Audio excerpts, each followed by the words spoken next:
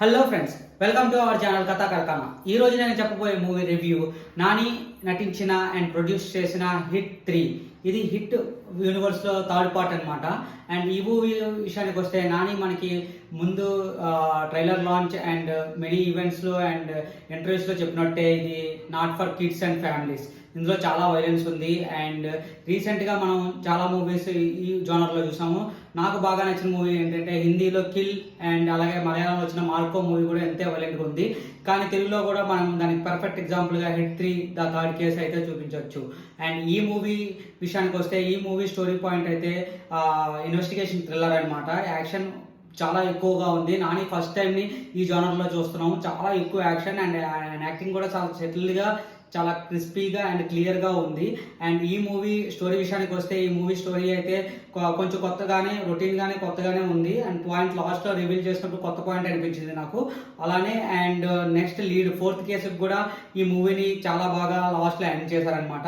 అలాగే ఇంకా actor performance విషయానికి వస్తే నాని యాక్టింగ్ అయితే వన్ మ్యాన్ షో అని చెప్పాలి. ప్రతి ఫ్రేమ్లో ఆయన ఉంటారు అండ్ చాలా బాగా, చాలా వైలెంట్గా కాప్ రోల్ని ప్లే చేశారనమాట. అండ్ చాలా బాగుందన్నమాట ఆయన యాక్టింగ్ గట్ట. అలానే ఇంకా హీరోయిన్ విషయానికి వస్తే శ్రీనిధి శెట్టి ఈ KGF 1 KGF 2లో హీరోయిన్. అందులో కూడా తక్కువ పాత్ర ఉంటుంది, ఇందులో కూడా తక్కువ పాత్రగానే ఉంది.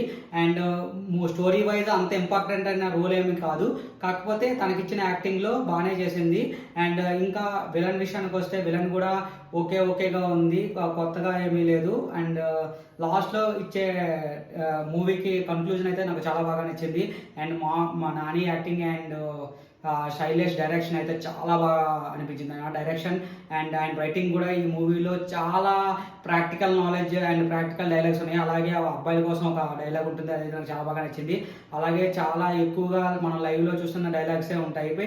అండ్ ఆయన writing and screen play and fights కూడా చాలా బాగా కంపోజ్ చేశారు, లాజిక్గానే ఉన్నాయి.